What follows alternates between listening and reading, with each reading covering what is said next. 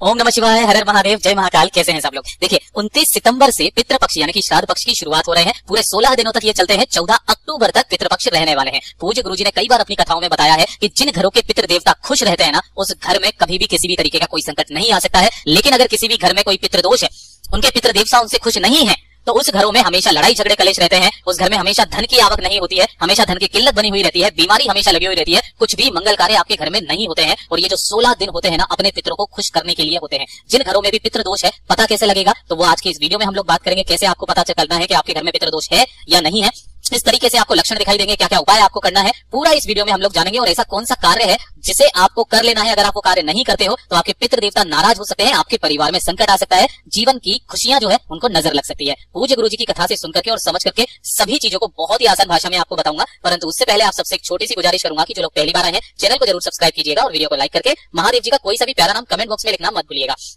पूज्य गुरुजी ने हमें कथा में बताया कि जब भी ये श्राद्ध पक्ष यानी कि पितृ पक्ष की शुरुआत होती है, तो जो भी हमारे पितृ देवता हैं या फिर जो हमारे पितर हैं, जिन्हें हम पूर्वज भी कहते हैं, इन्हें पितृ लोक से मृत्यु लोक में भेजा जाता है और ये सर्वप्रथम हमारे घरों में ही आते हैं। तो जो श्राद्ध पक्ष की शुरुआत हो रही है, अगर आप देखेंगे तो 29 सितंबर 2023 में से शुरुआत यानी कि शुक्रवार से शुरुआत हो रही है। 14 अक्टूबर 2023 तक श्राद्ध पक्ष रहने वाले हैं। इसी बीच में सारी तिथियां आ जाएगी आपके, द्वितीया, तृतीया, चतुर्थी, पंचमी, प्रदोष, एकादशी, सब कुछ आ जाएगा। और जिन दिनों पर आपके पितृ इस दुनिया को छोड़ करके गए थे, उन्हीं दिनों पर उन्हीं का श्राद्ध किया जाता है। तो पूज्य गुरुजी की कथा में से सुनकर के आपको बहुत अच्छे से बताऊंगा कौन सा कार्य है जो आपको इन 16 दिनों में नहीं करना चाहिए, कौन सा उपाय है जो आपको करना चाहिए जिससे आपके पितृ देवता खुश रहेंगे हमेशा, आपके घर में कभी भी धन धान्य की कमी नहीं रहेगी, हर एक परिवार के सदस्य की उन्नति होगी, आपके घर में खुशियां आएंगी, कभी भी कलेश वगैरह कुछ भी नहीं रहेगा। पूरा का पूरा खेल पितृदोष का ही होता है और इससे मुझसे ज्यादा कोई नहीं जान सकता कि किस तरीके से मैंने पितृदोष को शांत करके अपने जीवन को अच्छे से बनाया है। ठीक है ना? सबसे पहले बात करते हैं कि जब भी आपके श्राद्ध पक्ष पितृ पक्ष से शुरुआत होती है, तो आपको किन चीजों को आपको घर में नहीं लाना चाहिए जिससे आपके पितृ देवता नाराज होते हैं। तो वो है सबसे पहले एक तो ये चीज, काफी सारे लोगों को इसका नाम पता होगा, इसे आगरा का जो पेठा होता है ना, पेठा इसी वाले फल से बनता है। ठीक है ना? काफी सारे लोग इसकी सब्जी भी बनाते हैं। गलती से भी 16 दिनों के पितृ पक्ष श्राद्ध पक्ष में इसे अपने घर पर मत लेकर के आ जाना, इसकी सब्जी मत बनाना। काफी सारे लोग इसे कद्दू समझ रहे होंगे, लेकिन ये कद्दू नहीं है, कद्दू जैसा दिखाई देता है। इसकी पहचान क्या है? जब आप इसके ऊपर हाथ लगाओगे ना, तो इसके ऊपर ये जो सफेद सफेद सा एक पाउडर की तरह से जमा हुआ है, ये आपके हाथों पर चिपक जाएगा कुछ इस तरीके से। ये होता है पेठे वाला फल, जिसको काफी सारी भाषाओं कुष्मांड, कुहड़ा, पेठे वाला फल ये भी कहा जाता है। तो गलती से भी इसे अपने घर पर मत लेकर के आ जाना, पेठा ही मत लेकर के आना। पहला काम तो ये हो गया। दूसरा, जो ये कद्दू होता है वो इस तरीके का होता है, आप पितृपक्ष में कद्दू बना सकते हो, इसकी कोई दिक्कत नहीं है। दूसरी जो चीज गुरुदेव ने बताई वो बताई कि आपके घर में जब भी 16 दिनों के श्राद्ध चल रहे होंगे ना, जब आप भोजन परोसोगे, भोग लगाओगे अपने पितृ देवताओं को, तो गलती से भी आपको भैंस के दूध की बनी हुई मिठाई या खीर काम में नहीं लेनी है। ये चीज ध्यान रखना। कैसे भी करके 16 दिन निकालना, आपको सिर्फ और सिर्फ गाय माता के दूध से ही आपको सारी की सारी चीजें मिष्ठान बनाने हैं। ये दूसरी चीज, वरना आपके पितृ देवता नाराज होते हैं। तीसरी चीज जो गुरुदेव ने बताई कि इस तरीके से गोभी आप सब लोग जानते हो, तो आप इस वाली गोभी को, जिसे हम फूल गोभी कहते हैं, इसे आप घर पर खा सकते हो। लेकिन जो ये केबेज होती है, जिसे हम पत्ता गोभी कहते हैं, है ना, इस पत्ता गोभी की सब्जी को भी घर में नहीं बनाते हैं। ये चीज ध्यान में रख लेना। दूसरी चीज एक और जो हम हमेशा पितृ पक्ष जब भी आता है तब हम करते हैं कि डेली की डेली कम से कम तुरई की जो सब्जी होती है, तुरई की सब्जी आप जरूर बनाइए, जिसे आपकी गिलकी वगैरह भी कहा जाता है। इससे आपके पितृ देवताओं को शांति मिलती है, वो खुश होते हैं, वो प्रसन्न होते हैं, आपके परिवार की उन्नति करते हैं। पहला काम तो ये हो गया कि आपको पितृ पक्ष में कौन कौन सी चीजों से दूर रहना। ये जो 3 चीजें है ना, गलती से भी मत लेकर के आना, आपके पितृ देवता वरना नाराज हो जाएंगे। पहला काम तो ये हो गया। दूसरा काम, जैसे ही श्राद्ध पक्ष, जैसे कि मैंने आपको बात बताया था कौन सा काम आपको कर लेना है, वही काम आपको मैं अब बताने वाला हूँ। एक दिन पहले से, जैसे कि 29 सितंबर से स्टार्ट हो रहा है ना, आपको 28 सितंबर की रात को ही या फिर शाम को ही आपको एक काम करना है कि एक कटोरी लेनी है कुछ इस तरीके से। ठीक है ना? इस कटोरी के अंदर क्या भरोगे? जल। इस कटोरी के अंदर क्या भरोगे? जल भरना है ना। पूरा अच्छे से पूरी कटोरी को जल से भर लेना और इसके अंदर 2 से 4 बूंद मिला देना गंगा जल की। 2 से 4 बूंदे किसकी मिलाओगे? गंगा जल की। ठीक है ना? जब आप गंगा जल के इसमें मिला देते हो ना, तो ये पूरा जल आपका गंगा जल बन जाता है। इसी के अंदर आपको 2 सफेद फूल डालने हैं। कौन से फूल? सफेद फूल। इसके अंदर आपको 2 डालने हैं। अब ये जो कटोरी है ना, आपकी किचन में जहां पर भी पानी पीने का स्थान है, जो कि आपके पितृ देवों का स्थान होता है, आपको 28 सितंबर के यानी कि एक दिन पहले ही उस कटोरी को यहां पर आपको रख देना है। अगर आप 28 को नहीं कर पाए इस वाले उपाय को, तो मैं बताऊंगा आगे आपको कैसे करना है। वीडियो को पूरा ध्यान से देखिएगा। इस कटोरी को यहां पर रख देना और इसे किसी भी एक पात्र से ढक देना। अपने पितरों का स्मरण करना, उनसे कामना करना और कामना करने के पश्चात जब दूसरे दिन सुबह उठोगे, यानी कि 29 सितंबर को जब आप उठोगे, उठते ही सर्वप्रथम आपको इस कटोरी को उठाना है और अपने घर का जो मेन गेट होता है लोहे वाला, है ना, उस लोहे वाले गेट के सामने आपको इसी वाले जल से छिड़काव करना है। अब ये वाला जो काम है ना, आपको उसी दिन से स्टार्ट कर देना है, 29 से ही, क्योंकि कहा जाता है कि इस दिन आपके जो भी पितृ होते हैं वो पितृ लोक से सीधा मृत्यु लोक पर आपके घर में आकर के प्रवेश करते हैं।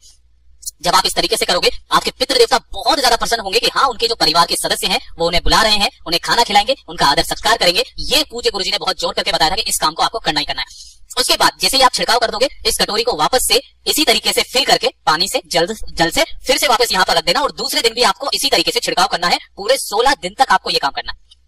शुरुआत में अगर 1-2 दिन आप चूक भी जाओ ना तो भी कोई दिक्कत नहीं है। जब से आप इस वीडियो को सुन रहे हो, देख रहे हो ना, तभी से आप इस काम को करना स्टार्ट कर देना। आपके पितृ देवता आपके बहुत प्रसन्न होते हैं, आपके परिवार की उन्नति होती है। ध्यान रखना, इस वाले काम को जरूर करना है। अब बात कर लेते हैं दूसरे वाले उपाय की तरफ। ठीक है, पूज्य गुरुजी ने कहा है कि जब भी पितृ दोष अगर आपको होता है तो पितृ पक्ष के अंदर आपको 16 दिनों तक एक काम जरूर करना है। क्या करना है? 1 लोटा शुद्ध जल, तांबे का लोटा, अपने घर का शुद्ध जल लेकर के सुबह के समय पर आपको करना क्या है? नहाने धोने के बाद में जाना होगा शिवालय में। जैसे आप शिवालय पहुंचेंगे, उत्तर दिशा नॉर्थ डायरेक्शन की तरफ मुंह करके आपको खड़े हो जाना है। 1 लोटा शुद्ध जल अपने पितरों का स्मरण करके महादेव जी की शिवलिंग पर समर्पित करना है। जब ये जल आप समर्पित करेंगे तो ये जल बहता बहता जलाधारी से नीचे की तरफ आकर के गिरेगा, और ये जो नीचे की तरफ आकर के धरती पर जो गिरता है ना, ये वाला स्थान होता है आपके पितृदेवों का। किनका? जब आप उनका स्मरण करोगे जल को समर्पित करने से पहले, तो आपके पितृदेवों का जो स्थान होता है, यहाँ पर आपके पितृदेवता विराजमान होते हैं। ठीक है ना? इसी जगह पर जो भी जल आपका गिरा है ना, यहाँ से थोड़ा सा जल आप अपने हाथों पर लेना, अपने दोनों आंखों पर आपको लगाना है और अपने पितृ देवताओं का आपको धन्यवाद करना है। पूरे 16 दिनों तक ये वाला काम जरूर कर लेना। इस बार जो भी समस्या आपके परिवार में है ना, चाहे पितरों के कारण हो चाहे किसी के भी कारण हो, आपके पितृ देवता सारी समस्याओं को खत्म कर देंगे। आप उन्नति के उस मार्ग पर जाओगे। तो ये वाला साल देख लेना और अगला वाला साल देख लेना जो आएगा, वो किस तरीके से आपके पूरा साल निकलेगा, आप खुद से अंदाजा लगा लेना। पूरे 16 दिनों तक ये वाला उपाय छोटा सा, घर का कोई भी सदस्य, कोई जरूरी नहीं है कि मुखिया करेगा कि कौन करेगा, उस परिवार का अगर एक भी सदस्य, बहू, बेटी, स्त्री, कोई भी इस वाले उपाय को कर सकता है।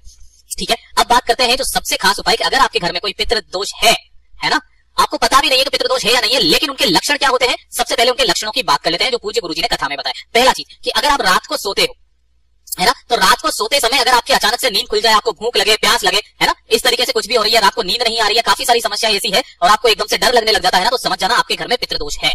पहला काम। दूसरा, आप कमाते 100 हो और खर्चा 200 हो रहा है, धन की बहुत ज्यादा समस्या है, किसी भी परिवार के सदस्य की उन्नति नहीं हो रही है, तो समझ जाना आपके घर में पितृदोष है। तीसरा, अगर आपके घर में बीमारियां पीछा नहीं छोड़ रही है, कुछ ना कुछ हो ही रहा है, जो कि मेरे घर में भी हुआ था, ये तीनों चीजें मेरे घर में भी हुई थी। मैंने भी पितृदोष के निवारण के लिए बहुत सारे उपाय करे, अब जाकर के शांति मिली है। अगर बीमारियां आपके परिवार में है, बीमारी खत्म हुई, दूसरी हो गई, दूसरे की खत्म हुई तो किसी तीसरे व्यक्ति को हो गई, कुछ ना कुछ लगा हुआ है, तो आपके घर में पितृदोष है। ये चीज ध्यान रखना। और अगर ये है तो जो 16 दिन के पितृपक्ष चल रहे हैं ना, उस दिन एक काम करना कि अगर आपको सोते सोते रात को इस तरीके से स्वप्न आते हैं, उठ जाते हो, है ना, वापस नींद नहीं आती है, 1-1.5 घंटा यूं ही निकल जाता है, काफी सारी समस्याएं हैं, तो एक काम करना, गुरुदेव ने बताया था कि जो 3 वृक्ष होते हैं ना, ये हमारे पितरों के तुल्य होते हैं। कौन कौन सा? पहला पीपल का वृक्ष, दूसरा वट का वृक्ष, तीसरा बेलपत्री का वृक्ष। गुरुदेव ने बताया कि जो बेलपत्री का पेड़ होता है ना, ये माता उमा, माता पार्वती के अश्रुओं से पैदा हुआ था और इसी वजह से इसे पितरों के तुल्य भी माना जाता है। काम क्या करना है? पितृपक्ष के अंदर आपको किसी भी दिन इस वाले उपाय को करना। एक स्टील का लोटा लेना, इस वाले उपाय के अंदर आपको तांबे का लोटा गलती से भी नहीं लेना, स्टील का लोटा लेना। इसके अंदर आपको भरना होगा गाय माता का कच्चा दूध, है ना, गाय का कच्चा दूध। अब भैया अगर इतना गाय माता का कच्चा दूध ना मिले तो जितना मिल जाए उतना भरना, बाकी अपने घर के शुद्ध जल से भर लेना। पहला काम ये कर लोगे और इस जल को लेकर के, है ना, इसके अंदर आपने क्या मिलाया? गाय माता का कच्चा दूध मिला दिया। इस जल को लेकर के आप किसी भी वृक्ष की जड़ों में, मिल जाए पीपल का वृक्ष तो यहाँ पर आप समर्पित कर देना, अपने पितरों का स्मरण करके, है ना, केवल अपने पितरों का। यहाँ पर आपको पिपलेश्वर महादेव जी, वटकेश्वर महादेव का नाम नहीं लेना है, आपको जो वृक्ष मिल जाए तीनों में से, उसी के नीचे आपको ये जल जो है, यानी कि जो दूध है, इसे समर्पित कर देना है। अपने पितरों से स्मरण करके उनसे विनती करनी है, परिवार की उन्नति कीजिए भगवान जी, जो भी हो, जैसा भी हो, माफ कीजिए, गलती जो भी हुई है, अपने पितरों का स्मरण करके यहाँ पर 1 लोटा जल। गुरुदेव ने ये वाली का बात कही थी कि इसमें प्रैक्टिकल करके जरूर देखना। क्या पता प्रैक्टिकल करने में क्या जाता है, क्या पता आपके जो सीहोर वाले महाराज हैं वो कहीं झूठ तो नहीं बोल रहे हैं। ये खुद पूज्य गुरुजी के वचन है। एक बार करके देखिएगा, आपको चक नींद आएगी, धीरे धीरे करके आपका पितृदोष भी समाप्त होगा। ये वाला काम जरूर कर लेना जो मैंने आपको बताया कि शिवलिंग पर आपको 16 दिनों तक जल चढ़ाना है। और दूसरी चीज, हर एक सुबह उठ करके आपको इस कटोरी का जो जल है वो आपके अपने घर के बाहर आपको छिड़क देना है। आपके पितृ देवता इतने खुश होंगे कि आपके परिवार की उन्नति होने से फिर कोई भी नहीं रोक पाएगा। पूज्य गुरुजी ने जैसा बताया वैसा आसान भाषा में आपको बताने का संपूर्ण प्रयास किया। वीडियो अगर पसंद आया हो तो लाइक जरूर करना, चैनल को सब्सक्राइब जरूर कीजिएगा।